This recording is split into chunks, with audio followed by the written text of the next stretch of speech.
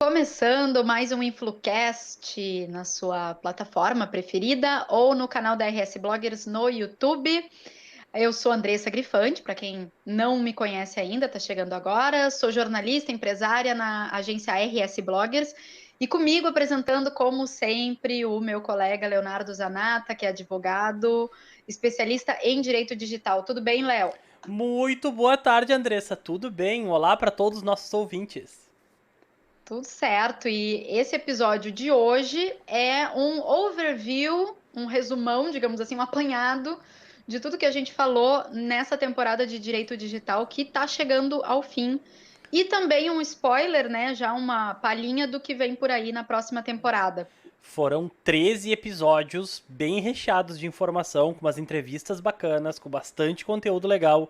E a gente tentou situar eles no espaço e no tempo, mas ainda assim, eu tenho certeza que tem episódios aí que vão ficar marcados porque são atemporais. São temas que agora ou no futuro eles podem ser muito, muito úteis. Então, se tu não ouviu algum ou tu pulou algum episódio, volta lá e ouve que estão bem bacanas.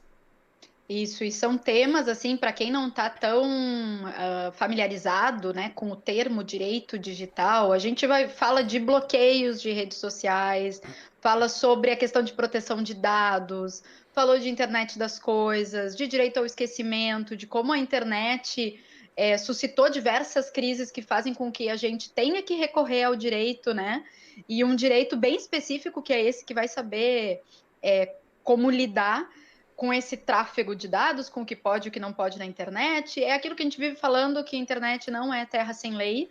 Tanto tem lei que existe uma especialidade no direito que é só para tratar desses temas recorrentes do meio digital. É. E aí vamos começar, Léo, pelo primeiro episódio, já que a gente vai fazer esse apanhado, retomar, até conversar sobre alguma coisa que pode ter mudado desde que a gente lançou aquele episódio até agora. E para situar, a gente está gravando em 28 de fevereiro. Eu vou pegar aqui o primeiro episódio 1 da nossa terceira temporada, que foi sobre LGPD. O que muda no seu negócio digital? E aí a gente tratou sobre LGPD. O que tu acha, Léo, desde que a gente gravou, de tudo aquilo que a gente falou, né, sobre proteção de dados? Teve alguma novidade recente dentro dessa questão desse meio? Uh, a questão da uso específico da LGPD, a cobrança de alguns players de mercado que já começaram a limitar. Eu só faço negócio com a RS Bloggers se a RS Bloggers estiver adequada com a LGPD, porque qualquer intermediário de uma operação, de um negócio, de uma loja, de um cartão de crédito, é responsável até o limite da sua participação.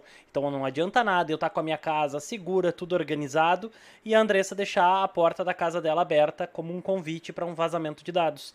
Então, nesse aspecto é muito importante, né, que quem ainda não buscou, e acredita a expressiva maioria ainda não buscou uma adequação específica, tem que buscar uma adequação, porque a Agência Nacional de Proteção de Dados tem e vem tendo muito trabalho. Isso até a gente não abordou no episódio que acabou não saindo, não foi ao Sim. ar, mas a gente teve em 2021 3 mega vazamentos de dados. A gente não Teve. abordou porque não tinham acontecido ainda, né? Foi Exato, depois. exato. Eu ia trazer isso. Nós tivemos aí 3 mega vazamentos de dados, né? A gente teve, inclusive, uma das infludicas, que foi trazida pela Andressa, fala especificamente sobre as consultas às bases de vazamentos de dados. E isso é algo que, se as empresas estivessem adequadas, e aqui vou abrir uma ressalva para dizer que não é só o CNPJ, só a empresa de um particular que deve estar adequada. Órgãos estatais, órgãos públicos, que são os garantidores disso, e quem cobra e quem exerce esse poder de fiscalização também devem estar adequados, né? Então, houve talvez uma má prestação de serviço do ente público que permitiu que essas super bases de todos os usuários vivos e mortos, né, e muitos dados de pessoas mortas, inclusive, pudessem vazar. chegou até o meu conhecimento, no mínimo, 5 pessoas que tiveram seus fundos de garantia sacados por terceiros. E no meu próprio nome, houve um pedido de linha de crédito em um banco que eu nunca ouvi falar. E por acaso não fui eu que solicitei essa linha de crédito. Eu tô acompanhando para ver o que vai dar até para se transformar num estudo de caso, mas eu tô Sim. monitorando isso. Para quem não ouviu a dica, Infludica falando sobre vazamento de dados e Infludica número 19 falando sobre o registrato. Já fica meu registro para tu ir lá ouvir. Isso aí. E acho que a gente pode deixar na descrição do episódio, né, esses links dessas tanto infludicas como dos episódios em si. Aí a galera pode ir indo direto neles. É muito curioso, porque todo mundo levanta o dedo e aponta para as grandes plataformas, né, Facebook, Google, para falar de dados, de como os nossos dados não estão seguros, etc. Mas precisa ter um cuidado também com os dados. A lojinha virtual que tu compra, né, às vezes A loja que tu indicada faz o ali crediário. pela vizinha, a loja que aparentemente é indefesa, mas ali tem dado sendo trafegado também. Eu tenho negócios digitais e eu passei por uma adequação, obviamente, com meu colega aqui. A gente fala disso e coloca também em prática, né? A gente trabalha nesse meio e eventualmente a gente e dados é assim, é e-mail. Se eu pego o e-mail da pessoa já para fazer um cadastro, eu preciso deixar ela ciente de que eu vou usar este e-mail para as minhas newsletters e que não, eu não vou ficar enchendo o saco com um monte de spam, né, semanalmente, mensalmente, com outros assuntos que não aqueles que eu estipulei exatamente no meu site, no momento que a pessoa contratou o meu serviço. Então, isso é bem, eu acho importante de deixar claro, né? Porque quando a gente fala de dados, as pessoas pensam no vazamento de dados de uma super grande, sabe, ou estatal, ou uma plataforma mundial, assim. E não inclusive o teu vizinho ali que vende online, né? Perfeitamente colocado, perfeitamente colocado. Seguimos o episódio 2. Estou aqui na minha listinha, influenciadores, política e o debate eleitoral. Isso também suscitou bastante, várias ocorrências, né? Sim, o uso de internet por cabos eleitorais, o uso de internet por políticos no meio de uma pandemia foi um cenário bem peculiar para se fazer propaganda eleitoral. O uso de mensageiro instantâneo, muito spam por WhatsApp, muito spam por Telegram, muita colocação e inserção em grupos não solicitados. Bastante político procurou também para ter números desbloqueados ou para tirar banimento da plataforma, porque acidentalmente teria enviado spam, né? E foi a novidade dessa eleição também o uso de influenciadores, querendo ou não, né? O uso e partindo do próprio influenciador, apoiar candidatos. Eu acho que efetivamente essa foi a primeira eleição que foi muito mais digital do que física, do que presencial. Então, todos os impactos disso a gente começou a tratar ali. Como vai ser daqui a um ano, quando tiver eleições de novo, eu acho que vai ser curioso de a gente acompanhar, Andres. E tem ano que vem, né? Ano que Ano vem que já tem vem. eleições, 2022. Em 2020, mesmo tendo mesmo tendo assim esse crescente de influenciadores, já o marketing de influência, digamos assim, num nível mais consolidado, a ponto de muitos políticos irem atrás também desse meio, né, digital, através desses influenciadores para divulgar suas campanhas, também teve o fator pandemia que fez com que todo mundo só ficasse atento às plataformas virtuais, meio que não teve outro jeito. Então foi um fenômeno, assim, realmente, e a gente citou isso no episódio, né? Então, todos os olhos estavam voltados para as plataformas de divulgação digital. Não tinha mais comício, né, presencial, essas outras formas, né, de fazer campanha, né, e de chegar próximo ao eleitorado. Com certeza. E tinha um case teu, né, Léo? Assim, desenrolou essa. Alguma coisa Eu, aconteceu? Agora eu tô eu, curiosa, eu eu lembrei. enviei a denúncia, né? Eu preenchi as informações, enviei a denúncia e nunca mais acompanhei, porque como tu efetiva uma denúncia e ela tem um caráter até anônimo, né? Nunca fui atrás de saber o que que deu, o que que não deu, o que que desenrolou. Mas certamente, ao menos uma explicação, o seu fulaninho lá teve que dar, porque de onde que ele conseguiu uma base inteira de dados e um número e um e-mail que não Hum. eram para ele ter tido acesso, né? Então, no mínimo uma justificativa ele deve ter que ter dado. Se eu dei trabalho para ele e ele teve que contratar um colega para efetuar uma defesa, já valeu meu dia. Já valeu a pena. Para quem não sabe, bom, tá lá no episódio, né? A galera vai ter que ir lá para saber o que aconteceu, qual foi o case aí do Léo, com relação a candidatos e Isso. internet, enfim. Isso. Internet, o terceiro episódio, Internet das Coisas, G, criptomoedas, smart cities, tudo isso tá dentro dessa internet das coisas e foi um episódio meio com um pezinho no futuro, mas também deixando bem claro que tudo isso já existe, mas fazendo projeções do que isso vai nos levar como sociedade, enfim. O que tu lembra desse episódio, Léo?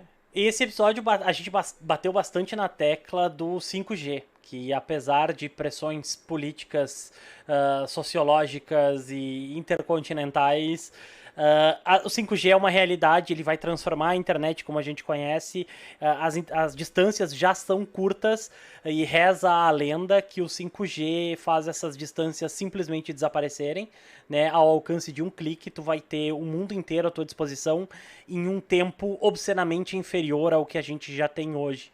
Né, questões de conectividade, de acesso, de disponibilidade de conteúdo. Então, é bem isso. É um episódio à la Jetsons, Uhum. mas com muita coisa que já acontece hoje. A gente só exponenciou isso e extrapolou essa ideia um pouco para fazer realmente projeções com base em outros criadores, em outras matérias, em outros conteúdos que a gente tem disponível. Porque o comportamento já mudou bastante e vai mudar ainda mais, né? O comportamento de como a gente consome tudo isso, né? Essas Uhum. notícias. Que enfim, é a pessoa poder escutar o nosso podcast de um dispositivo, sei lá, que daqui a pouco vai ser um chip numa pulseira e vai ser algo implantado em algum lugar, ou vai ser na geladeira, ou vai ser num carro que vai estar dirigindo sozinho. E tudo isso acontecendo acaba mudando as cidades, e aí entra nessa parte de smart cities, né? Porque muita coisa hoje só não evolui, aplicativos, eles só não são mais rápidos, mais ágeis, mais conectados, enfim, porque precisa desse 5G. Uhum. E tu sabe que eu li numa reportagem, acho que foi na revista da SPM, de São Paulo, que o 5G, a frequência do 5G, ela afeta diretamente as frequências da meteorologia.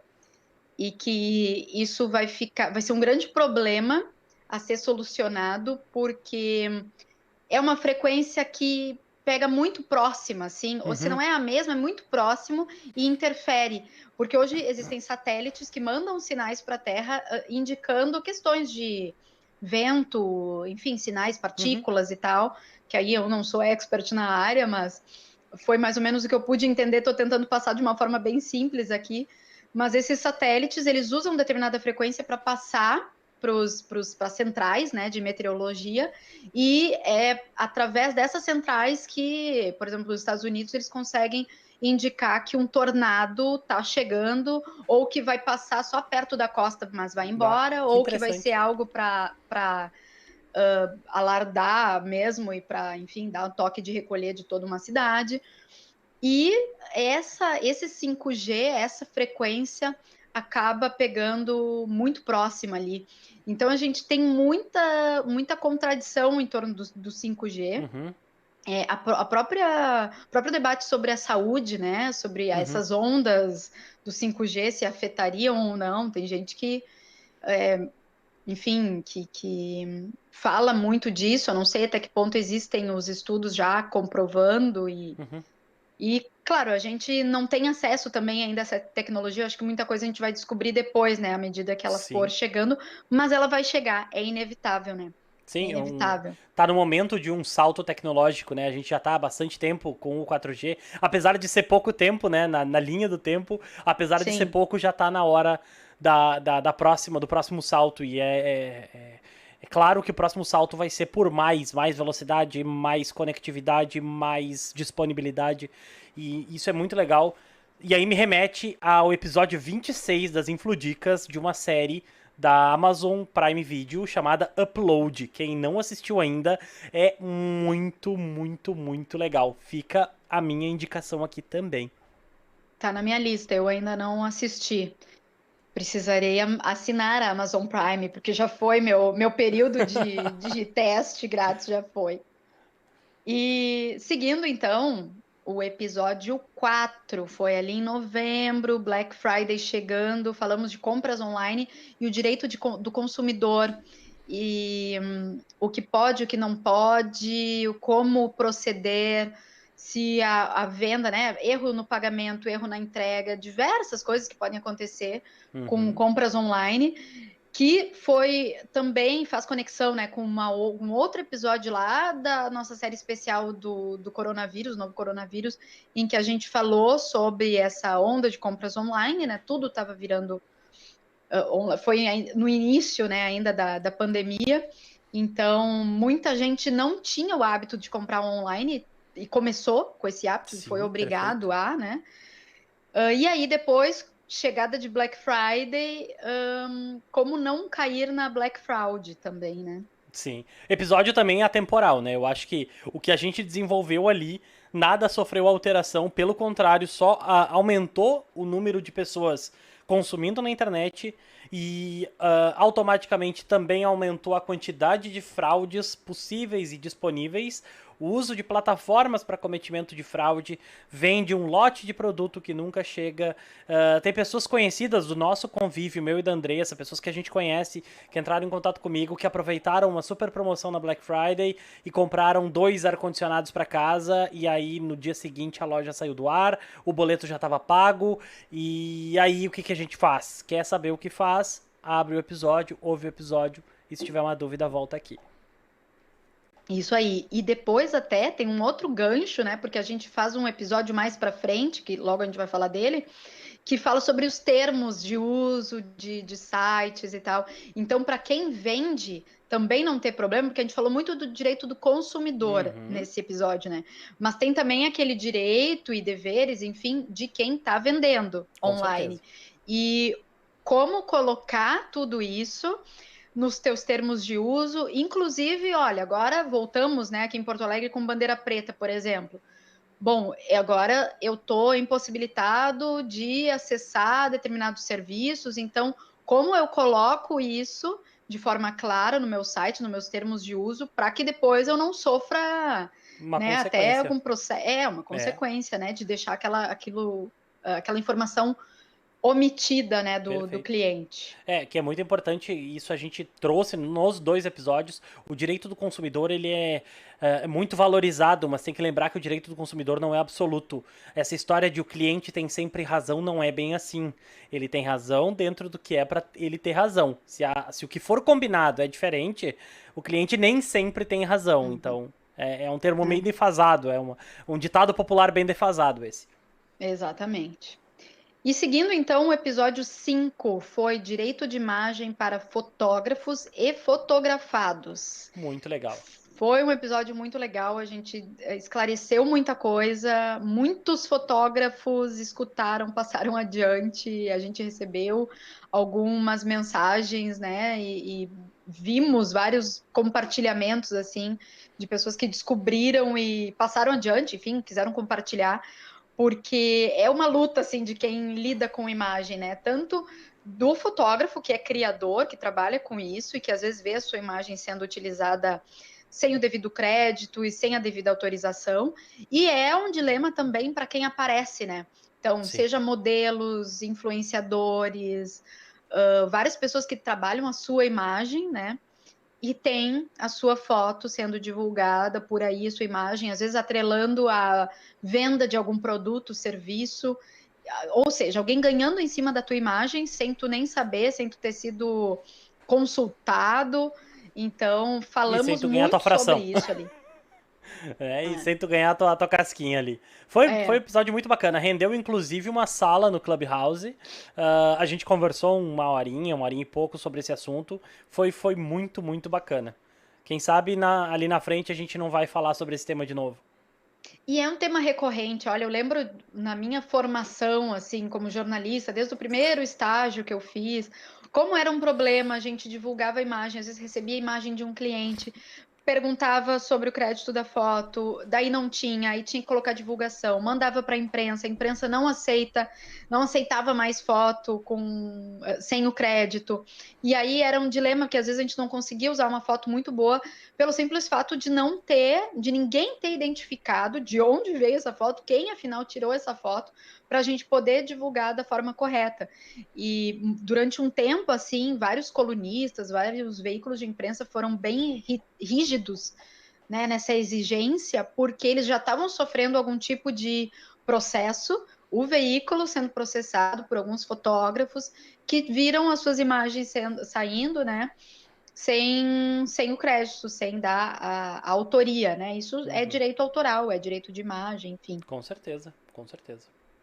Então, especialmente para quem trabalha com isso, precisa saber, precisa estar por dentro desse tema, né? Com certeza. Seguindo, episódio 6, cancelamentos na timeline. O tema que já vem permeando todos os assuntos, as polêmicas de 2020 e que se seguiu em 2021 e que está super em alta agora com o BBB 21, tendo o elenco mais cancelado, eu acho, desse programa, de todas as 21 edições.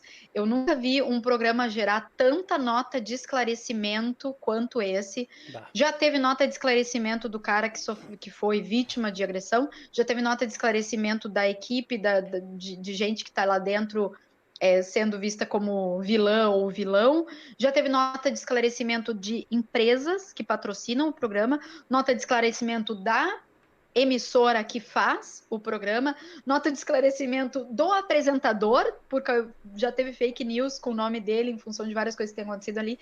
Cada semana tem alguém largando alguma nota na imprensa, se esclarecendo, vindo a público para explicar alguma coisa, para dizer não é bem assim. Uhum. Léo, como é que tu tá vendo? Olha, e no episódio. Evoluímos alguma coisa nesse tema? Eu acho que evoluímos porque a gente acabou alargando esse tema, né? E ele foi tomando outras proporções, foi tomando seu todinho, crescendo, crescendo, crescendo. E hoje é um tema que qualquer passo em falso, qualquer direcionamento errado do que é entendido como socialmente aceito hoje, qualquer passo contrário a isso gera esse movimento do cancelamento em maior ou menor escala.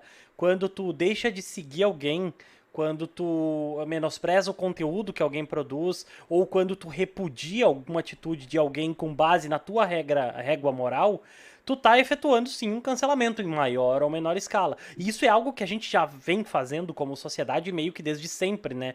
Desde linchamentos em praça pública, linchamentos online, desde simplesmente tu descredibilizar a opinião de alguém que vai contra o senso comum ou que tem uma atitude socialmente repudiável, né?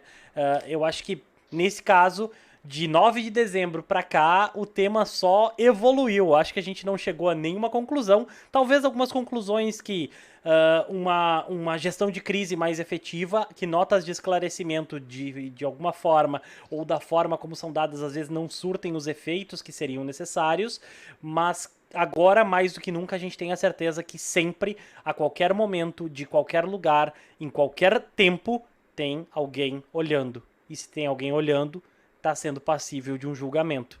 E aí as cartas estão na mesa. O cancelamento ele continuou existindo, a gente continua vendo, e volta e meia tem uma onda gigantesca aí de linchamentos e discursos de ódio, e eu não acredito que a gente vá viver tempo suficiente para ver a sociedade evoluir ao ponto de não termos mais discurso de ódio sendo disseminados, infelizmente. Mas ao mesmo tempo eu vejo com olhos positivos assim uma outra onda que cresceu, que foi aquela de cancelar os cancelamentos, né? ou cancelar os canceladores. E aproveito para linkar com a última infludica minha de um movimento criado com uma recente convidada, né, do nosso último episódio, o 13º, a Rosângela, num grupo que eu faço parte, criado por ela, a gente lançou um movimento que começou com um manifesto por mais respeito nas redes sociais. E o gancho foi, vamos tentar frear essa onda de cancelamentos que ela já não fica mais na internet, ela já extrapola, ela já faz as pessoas pararem de... terem que se mudar de casa, terem que sair, né, serem demitidas, ter o seu filho impossibilitado de ir para aula ou de ter uma vida normal porque ele é ameaçado de morte, porque os seus pais ameaçados de morte. Enfim, a gente vê uma série de coisas, né? E isso não foi só com essas celebridades ou subcelebridades de Big Brother Brasil. A gente está vendo com muita gente. A gente citou 3 casos principais, né, nesse episódio, quando a gente gravou ele. Um deles foi com o Carrefour, o episódio do Carrefour, né? Então era uma marca. Outra que a gente pegou, acho que é a Gabriela Pugliese, que já era um caso meio velhinho, mas já tinha passado um tempo e já tinha dado para ver, assim, que, ok, ela seguiu a vida dela, ela, né? Pós-cancelamento, como foi a repercussão disso para ela, como que ela se posicionou ou se reposicionou. E o programa Timeline da Rádio Gaúcha, que tinha, bem recentemente, ali na época que a gente gravou o episódio, passado por uma onda de notas de esclarecimento também, de diversos patrocinadores do programa. O programa segue existindo. Acho que, muito provavelmente, ali os apresentadores aprenderam bastante com a experiência e estão revendo todos os comentários. Não teve mais nenhum episódio digno de que nota. fosse, né, inadequado, inoportuno, e segue existindo e segue tendo patrocínios, né? Então a gente falou muito disso e é interessante retomar esses casos depois de um tempo, né? Carrefour saiu dos Trending Topics. Carrefour não se viu mais nada. Fica isso, a gente sabe, o ser humano sabe, né? Mas eu duvido que a loja segue abrindo, né? Não fechou, a Carrefour não faliu, não teve nada desse tipo. E acredito que eles tenham implementado algo ali dentro para que não volte a acontecer nada, né? Porque já era recorrente, inclusive, do Carrefour, né? Temas polêmicos, assim, e para não dizer criminosos, né?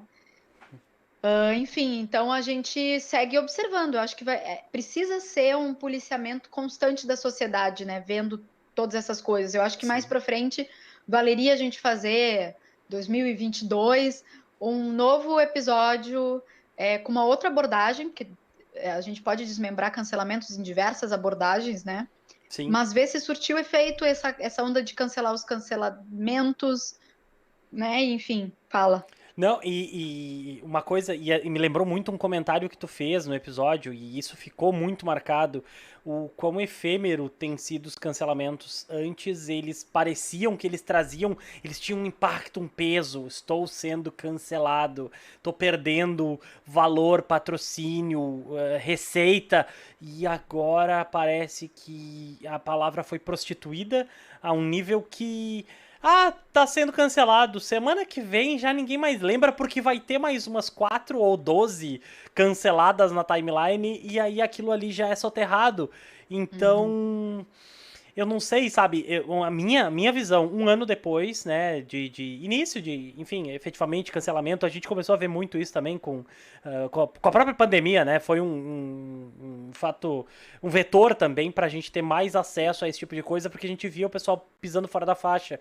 E o próprio comportamento da Pugliese, à época, foi execrável, socialmente execrável. Agora, as mesmas pessoas que cancelaram ela era que estavam lá na orla do Guaíba, na praia, aglomerando e fazendo foto com guarda-sol e churrasqueira. Então, eu não sei até que ponto os cancelamentos são eficazes, são efetivos e também não são efêmeros, né? Do tipo, como tu mesma colocou no episódio, talvez faça até parte de um movimento favorável, porque tu vai sair na mídia, tu vai explodir, todo mundo vai esquecer e tu vai continuar depois ganhando notoriedade, porque teu nome vai estar vinculado a um buzz.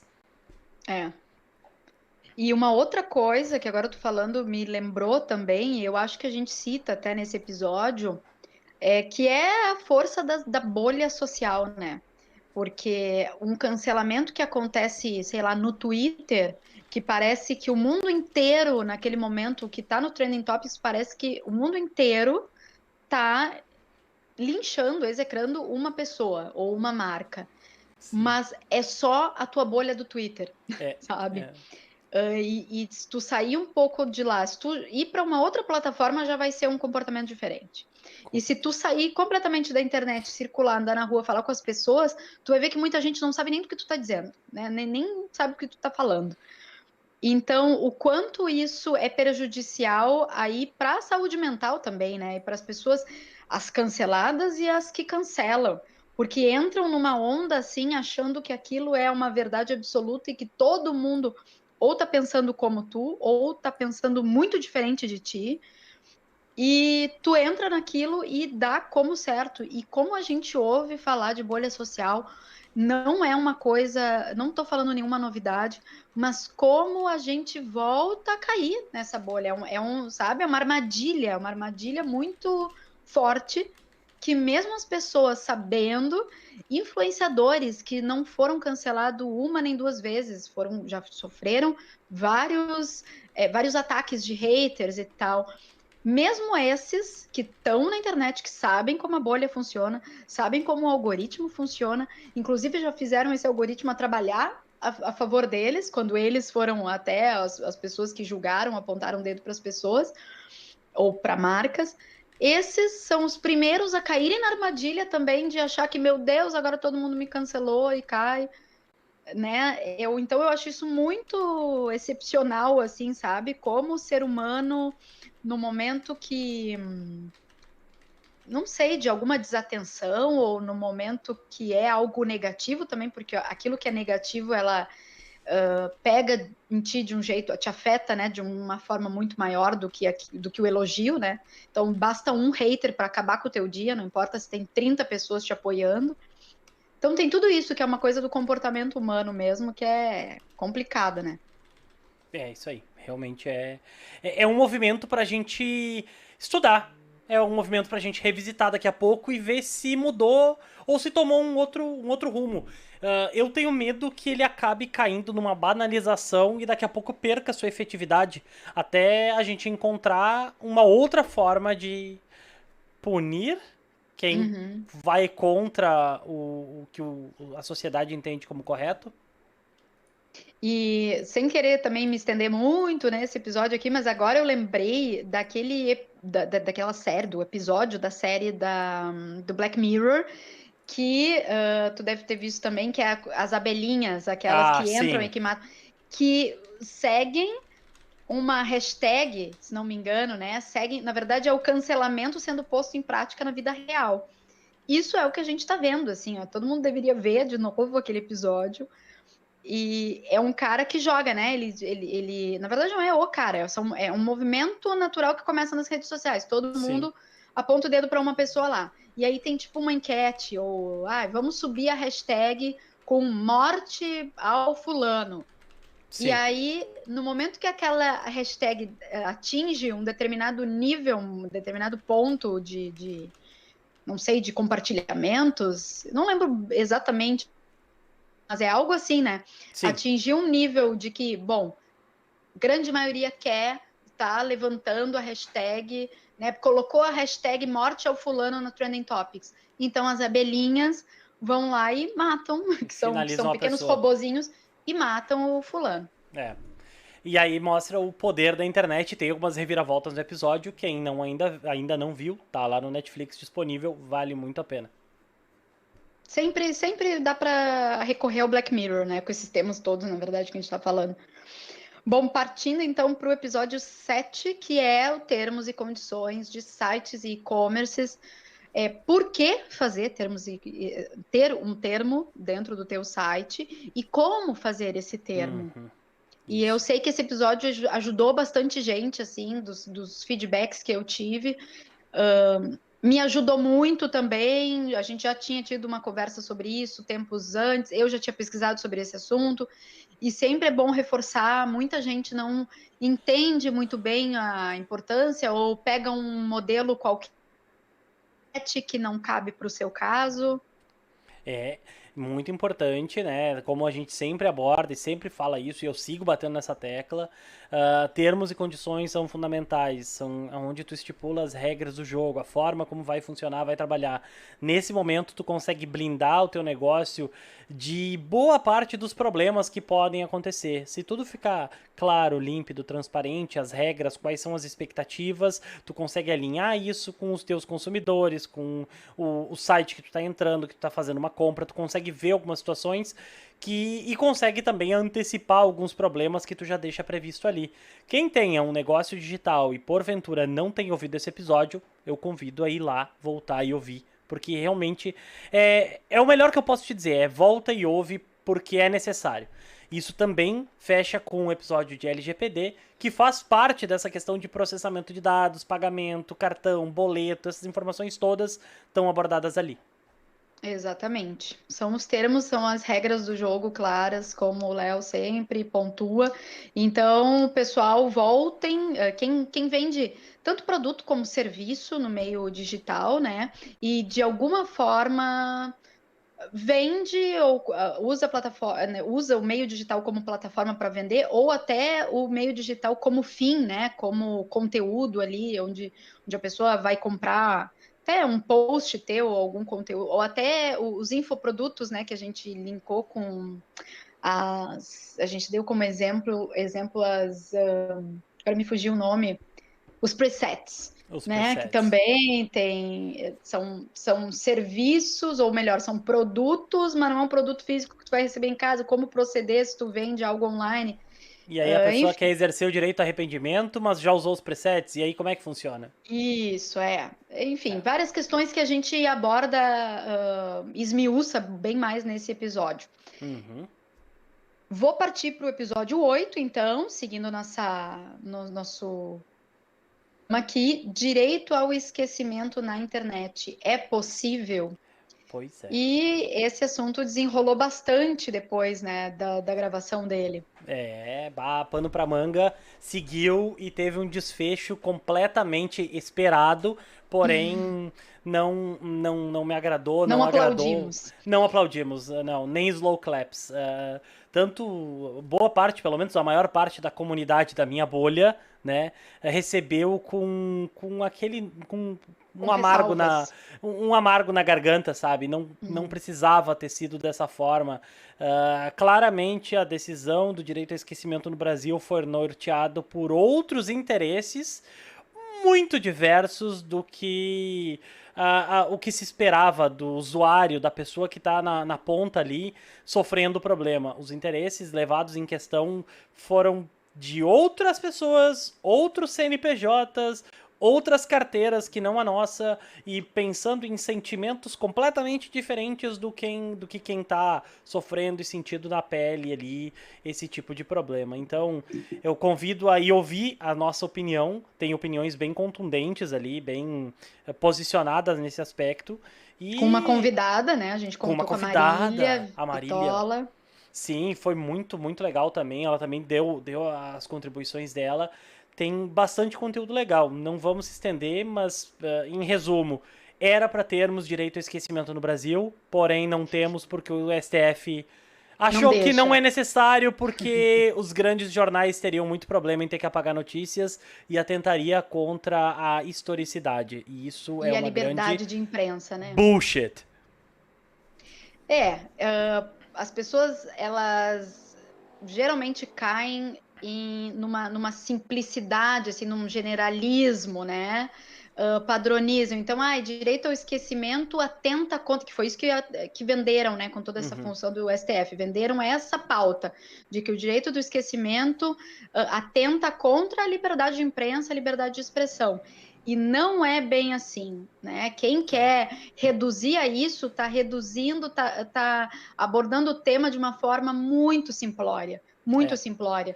E eu sou jornalista, sou super a favor da liberdade de imprensa e a gente vê a imprensa sendo cancelada muitas vezes porque tem abordagens precipitadas, tem abordagens erradas, e mesmo quando a abordagem é certa, se as consequências daquilo afetam o ser humano a ponto dele não conseguir seguir a sua vida, ele pode recorrer ao direito ao esquecimento. Poderia, né? Deveria poder, né? E o direito do esquecimento, como a gente coloca nesse episódio também, né? Ele nasceu principalmente para atender uma demanda da internet. É isso aí. Que não é. Aí a gente sai de liberdade de expressão, liberdade de imprensa. A gente está falando de um bando de gente que vai atrás de fake news, que dissemina fake news. Que E se produz amanhã fake ou news. depois produz fake news, e se amanhã ou depois tu aí que está defendendo a liberdade de expressão contra, né, achando que o direito ao esquecimento é algo ruim, tá? Pense, se coloque nessa posição de amanhã ou depois uma onda de fake news te atacar e tu ser considerado por zilhões de portais duvidosos, com reputação duvidosa, de que tu é um cara, uma afronta à sociedade por tal e tal razão. E aí? Tu não vai achar que tu tem o direito de ir atrás de reparos, entre esses reparos de tirar do ar informações que estão erradas a teu respeito? Então, a pessoa não se coloca no lugar, né? Tem muita gente que tá abordando de uma forma muito simplória, eu Rica diria. provocação que tu fez com os nossos ouvintes, né? Eu gostei, mas Gostou, em Léo? especial, gostei. Eu acho que reducionismo, para mim, a tua Isso, frase, a tua palavra é sensacional. reducionismo. Reducionismo. Dá pra fazer um paralelo com apenas uma gripezinha. Pronto. É, Tu tem o mesmo paralelo, tá? É o mesmo tipo de pessoa que tá norteando as decisões, é o mesmo tipo de pessoa que fala que é só uma gripezinha. Eu tô olhando pra fora e o que eu tô vendo não é legal, Andressa. E o direito ao esquecimento também. Para todo sempre, tu tá condenada a saber que o teu nome tá vinculado a algo que tu pode ou não ter sido parte e que desenrolou de uma forma completamente diversa e tu vai ser sempre martirizada com aquilo porque o jornal não pode apagar porque a gente tem que respeitar a liberdade de imprensa mesmo que ela seja errada. Complicado. Mas Muito. fica aí, então, jogamos a sementinha no público, vamos ver se como que o pessoal responde. E quem não está sabendo o que é o direito ao esquecimento, não entendeu, volta lá, então, nosso episódio 8. E seguindo, episódio 9, advogado influenciador. Uhum. Se pode, se não pode, se é legal, se não é legal, porque a advocacia, né, tem suas restrições, né, impõe através do quê? De órgãos, né, A que própria OAB, regulamentam o próprio a própria regulamento da OAB, OAB. ela Então, regulamenta toda a exposição do advogado e tem um projeto em curso para fazer alterações. olha, Quem teve acesso a esse projeto, eu não tive a oportunidade de esmiuçar ele ainda, mas pessoas das quais eu compactuo com as ideias disseram que o projeto é um retrocesso ao uso da internet pelo advogado.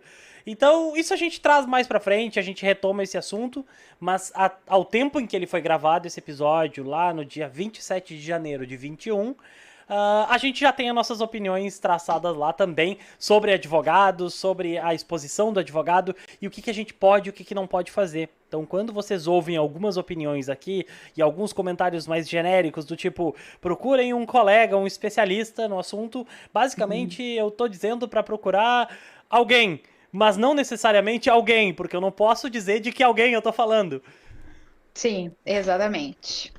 E é isso, é a exposição no meio digital, né? Muitas recomendações aí da OAB que são similares com outros, né? Eu fiz esse paralelo, eu lembro com a área da saúde, que Uhum. também não pode se promover de uma forma, né, tão contundente quanto outras profissões, porque existe uma série de questões éticas relacionadas, algumas fazem sentido, mas outras não.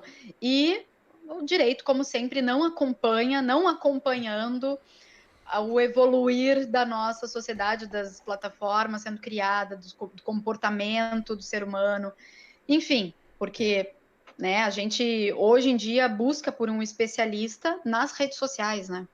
E a gente, vez ou outra, quer saber, quer que ele fale ou quer saber não sei, da experiência, vamos dizer assim, da experiência desse profissional, né? Uhum. E aí, pros advogados, fica, e para alguns outros profissionais, fica mais difícil se vender no meio digital. E daí a gente explicou, então, o porquê que isso começa a ser difícil para quem é dessa área. Uhum. Episódio 10, venda ou troca de perfis nas redes sociais. O nome é autoexplicativo.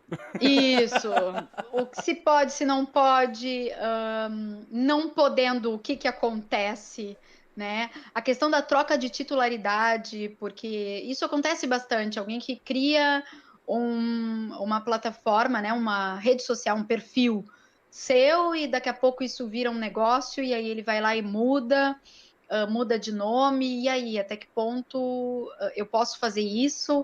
Ou botar sob nova direção? Quais os riscos de deixar outras pessoas, né, administrando a minha página? E isso também já deu muito problema, que acabou parando na justiça, né, Léo? Uhum, sim, e também o quanto custa um perfil assim, quanto valem É, perfis assim, e por que que as pessoas criam um monte de perfis com várias arrobas e vários nomes diferentes quando lançam uma plataforma. Inclusive, o próprio Clubhouse, que a gente vai falar na sequência, também houve uma corrida por reserva de arrobas, né? Então tem isso é. bastante gente já negociando usuários dentro da plataforma. É. Depois, vamos seguir para o 11, então, responsabilidade civil da imprensa e plataformas digitais. Esse episódio foi uma continuação daquele em que a gente falou muito sobre direito ao esquecimento, e esse contou com outra convidada, né, que foi a Alessandra Scouto, falando sobre uma área que ela pesquisa, né? Ela faz uma especialização em responsabilidade civil da imprensa. E tem tudo a ver com o cancelamento também, tem tudo a ver com direito ao esquecimento e com tudo aquilo que a gente já citou aqui anteriormente, né? Sim, bem bom também o episódio. Conseguimos abordar um pouco mais questões da própria liberdade de imprensa. Conversamos também com a Isso. iminência do julgamento do STF. Nós discutimos os votos que tínhamos até o dia também. Foi bem interessante. Vale a pena ouvir os dois na sequência. E a gente colocou uma reflexão também, né? Porque a gente fala muito de responsabilidade da imprensa, mas no momento que qualquer um pode ser blogueiro, criar um portal e postar coisas como notícias, e muitos desses portais estão virando muito conhecidos, estão ganhando uma audiência muito grande e estão disseminando, né, tudo, enfim, o que dá na telha, sem ter um crivo, uma linha editorial bem definida, Sim. né? Sem estar ali registrado com jornalistas que tenham passado, ao menos por alguma cadeira de ética, né? Então, e aí? A gente vai responsabilizar a imprensa, mas quem está responsabilizando esses blogueiros, esses portais que nasceram do nada e que de repente têm, ou até influenciadores, né? Que já Uhum. nascem comprando uma página de outro que já tem 10 mil, 20 mil seguidores e que já nascem com uma audiência gigante Pois e é. que de um dia para o outro estão sendo fonte de notícia, Pois é, né? E aí? e que aí tu tem um portal e aí tu ganha uma credencial de imprensa. E tu De tem os imprensa, mesmos assim. acessos do que alguém que tenha uma história inteira ou que tem uma linha editorial. Então foi bem legal a discussão toda e é muito interessante. O episódio ficou muito, muito bacana. É. Especialmente para quem é jornalista, para quem trabalha na imprensa, para quem gosta e se interessa por essa área, acho que vale a pena ir lá para o nosso episódio 11. E o episódio 12, então, seguindo, Clubhouse, além do hype, né, além da modinha, quais as regras da nova rede? Porque a gente, nesse episódio, tentou, né? Claro que a gente explicou um pouco sobre o que é o Clubhouse, falou das nossas experiências, né? Enfim, desvirtuou um pouco do tema central também, Uhum. mas a ideia era trazer termos de uso da nova rede, o que é preciso cuidar no momento que entra nessa rede, o que pode e o que não pode. Tu É. acha que desde que a gente gravou, né, lançou esse episódio, mudou alguma coisa, Léo? Tirando o fato que a gente descobriu que houve um mega vazamento de dados e todas as conversas eram gravadas e tudo ficou Só isso. disponibilizado na internet, acho que não teve muita coisa que mudou não, Andressa. Mas fora isso, tirando o que tá pegando fogo, tá ótimo. O Clubhouse, ele ainda é uma plataforma, uma rede social beta. Ele Uhum. segue sendo para iPhone. E no último papo, a última mentoria até que eu fiz com o pessoal do nosso clube de influenciadores, eu bati um papo ali com a Mônica e com o Edu, que estão muito presentes no Clubhouse, assim, estão super viciados e têm lido bastante a respeito, pesquisado bastante, a gente trocou bastante ideias sobre essa rede. E uma coisa que fica bem claro é que é, de fato, uma rede social ainda beta, ainda sendo Uhum. testada. Caiu nas graças dos brasileiros, mas a ideia era que não tivesse caído ainda, né? Quando eles lançaram para iOS, para um público específico, né? E só podendo entrar aqueles que tinham alguém já dentro da plataforma. Então, todo mundo que estava ali dentro podia convidar só até 2 pessoas. A coisa ainda estava dentro de um limite ali que eles conseguiam administrar. E passou dos limites, né? Uhum. Eles não conseguem ainda dar conta, eu acho que não estão conseguindo dar conta de todas as alterações e cuidados que eles precisam implementar. E antes disso tudo já saiu, já tomou conta de uma galera. Eu Já. não sei quantos usuários eles têm, até teria que dar uma olhada ali quantos já baixaram, né, o Sim. aplicativo para ter essa ideia. Mas esperamos ainda pelas alterações, né? Pelas modificações, e uma delas é colocar mais segurança, né? Nos Sim. dados de quem entra. Vimos bastante potencial na plataforma. Ela tem a possibilidade de ser algo bem bacana. Vai dar para fazer coisas legais. Mas nesse momento ela é um toma-tempo. E caso tu queira ficar ouvindo uma conversa, participando de uma conversa enquanto tu faz outra coisa, é um bom caminho. Mas para isso já tem o podcast. Então eu acho que a gente ainda não encontrou na timeline do nosso dia um momento Clubhouse. Sabe? Não tá especificado ainda. Porque vai correr, vai caminhar, vai ouvir um podcast, vai não sei o que, lavar a louça, ajeitar uma coisa e tu precisa dedicar um tempo porque tu tem que estar conversando ou prestando atenção no que as pessoas estão falando. Então tu não pode pausar, tu não pode ouvir depois o que foi conversado. Então é interessante, vai ser legal de acompanhar, permaneço utilizando, tenho muito mais ouvido do que efetivamente falando na plataforma, mas eu tenho interesse em continuar e ver onde é que ela vai dar. Sim, eu acho que essa rede social ela foi criada para ser a rede social secundária, digamos assim. Não é algo que vá ser prioridade das redes das pessoas. Ela Sim, vai complementar, até pelo fato de as coisas não ficarem gravadas ali, né, sim, também. sim, sim. É uma rede Então, presencial. é, vai ser sempre um complemento. Então, as pessoas que têm uma página já bem construída no Instagram, ou têm os seus blogs muito fortes, ou têm suas profissões bem consolidadas, seu nome bem, é, né, com uma presença digital grande no LinkedIn, por exemplo, eles usam Clubhouse como uma outra forma de disseminar Sim, conteúdo para marcar eventos de forma rápida, prática. Então, sim, vai ser sempre algo para potencializar talvez uma outra rede que tu já tenha. E, claro, fazer muito networking, né? Tem muita sim. gente se conhecendo ali, porque é muito fácil tu criar conexões ou entrar numa sala de pessoas que tu não conhece ainda, passar a conhecer no momento que tu te interessa pelo conteúdo de alguém, tu pode adicionar ela, mas tu vai direto pro Instagram dela, pro Twitter dela. Então, isso é legal, assim, tá? Sim, A galera que tá usando bastante tem tempo, consegue e quer se dedicar e se dá bem com o áudio, principalmente, sim. tá gostando bastante, né? Tá gostando bastante dessa plataforma. Isso aí. Mas veremos ainda, então, no decorrer, como vai desandar, como vai desenrolar o que vão lançar ainda em torno de Clubhouse.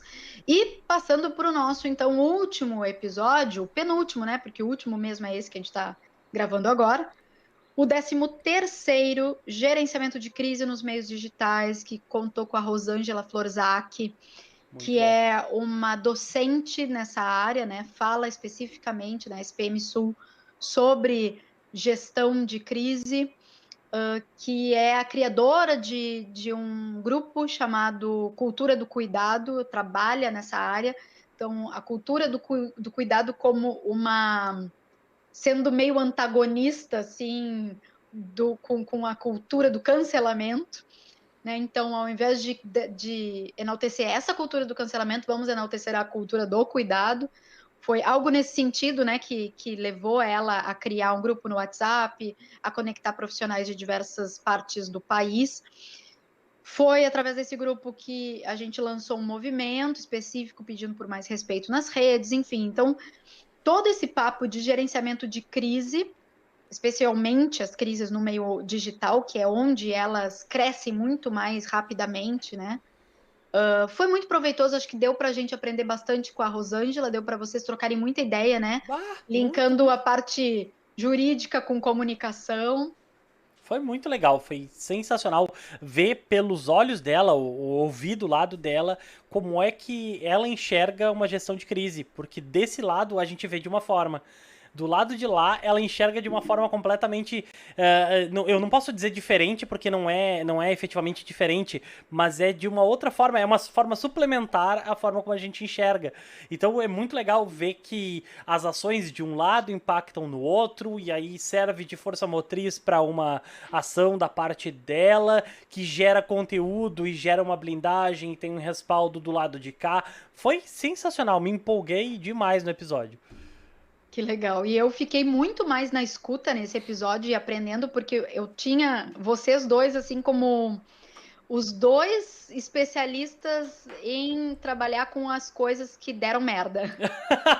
Perfeitamente Tipo assim, colocado. porque quando deu merda, vão procurar o advogado para solucionar Uhum. ou vão procurar um especialista em gestão de crise. Na verdade, geralmente os dois, né? Sim. Então, deu merda lá no. Pegando um case, o Carrefour. Tenho certeza que o Carrefour se blindou, conseguiu lançar uma nota que seja de esclarecimento com o apoio de um gestor de crise, né, da área da comunicação, em E pensar do jurídico. como nós vamos montar essa nota, e com o jurídico do lado, dizendo o que pode, o que não pode, se aquilo, né, abre brecha para alguma outra Não merda usa essa maior. palavra, não usa essa palavra, não. Vamos trocar a palavra. Fica melhor assim. Não, mas é isso, são dois especialistas de áreas totalmente complementares, né? A Sim, foi. crise, ela precisa do jurídico e da comunicação andando lado a lado, e quem tá nesses momentos do vai dar merda, nessas duas áreas aí, eu tenho como referência tu no direito digital e a Rosângela como gestora de crise Muito, nessa área da comunicação. muito, muito bom. Eu Então, quero ter a possibilidade de conversar de novo com ela, que foi muito legal. certamente, né? A gente vai ter outras oportunidades aí, e cases e abordagens é o que não falta, né, dentro Com disso. certeza. E foi um link direto também com cancelamento, que também é algo que a gente vive, né, retomando vez ou outra, porque permeia vários assuntos, né?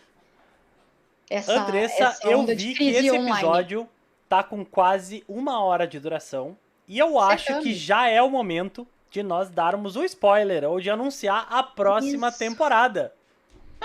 Eu já estava até esquecendo que a gente tinha que ter tempo para dar o spoiler, mas é só um spoiler rápido, É né? só.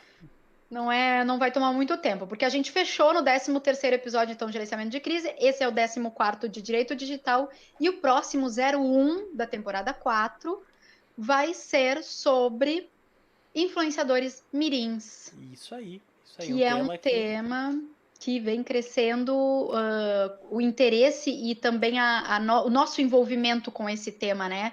Tu especificamente, com uma mentoria criada, há quanto tempo agora, Léo? foi criada em dezembro, uns 2 dias antes do Natal, 22, 23 de dezembro, foi Isso. criada por uma demanda absurda que surgiu com base em bloqueios e limitações da plataforma. Nesse caso específico, o Instagram, surgiu essa necessidade, foi uma enxurrada de demandas dessa natureza, por contas bloqueadas, por perfis bloqueados, descontinuados, perderam acesso.